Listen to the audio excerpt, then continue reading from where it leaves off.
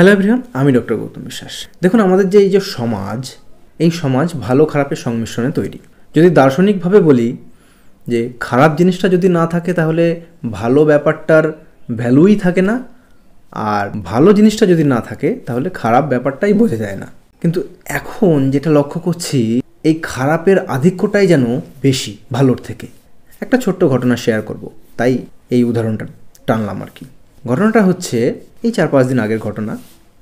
আমি স্কুটি করে আমাদের বর্ধমানের উল্লাস থেকে বীরহাটার দিকে জিটি রোড বরাবর আসছি।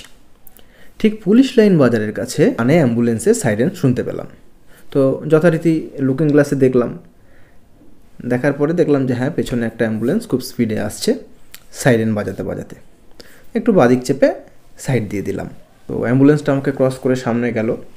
তো বাইরে থেকে যেটা বুঝলাম যে ভেতরে একটা ক্রিটিক্যাল পেশেন্টই ছিল এবং সাথে রিলেটিভস বসে আছে আর কি। এরপরে একটা অদ্ভুত ঘটনা লক্ষ্য করলাম। অ্যাম্বুলেন্সটার সামনে 2-4টে বাইক, সাইকেল, 2টো টোটো, হয়তো এই একটা কি 2টো 4 হুইলার ছিল, আর কিচ্ছু ছিল না। রাস্তাটা পুরো ফাঁকা। কিন্তু অদ্ভুত জিনিস কি জানেন, যে এদের মধ্যে কেউই অ্যাম্বুলেন্সকে সাইড দেবে না। একটু ডানে বায়ে চেপে গেলেই কিন্তু অ্যাম্বুলেন্সটা বেরিয়ে যায় সোজা, কিন্তু না, কেউ সাইড দেবে না, ওরা আগে যাবে আর কি। এই ঘটনা বলার উদ্দেশ্য হচ্ছে, দেখুন যে আমাদের মধ্যে মনুষ্যত্বের কতটা পতন ঘটেছে। আমরা একটা অ্যাম্বুলেন্সকেও সাইড দিচ্ছি না।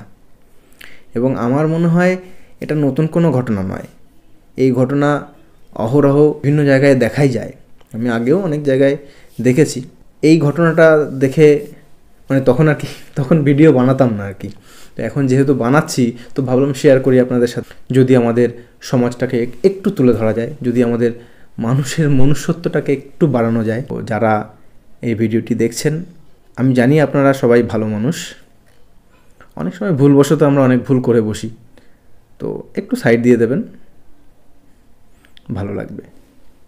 একটা জীবন বাঁচলে আপনারও ভালো, আমারও ভালো। ওই অ্যাম্বুলেন্সের লোকটি আপনার কোনো রিলেটিভই হতে পারে। পরে হয়তো জানলেন যে আপনার রিলেটিভই হয়তো কেউ ছিল, আপনি জানেন না। হতে তো পারে এরকম। ধন্যবাদ।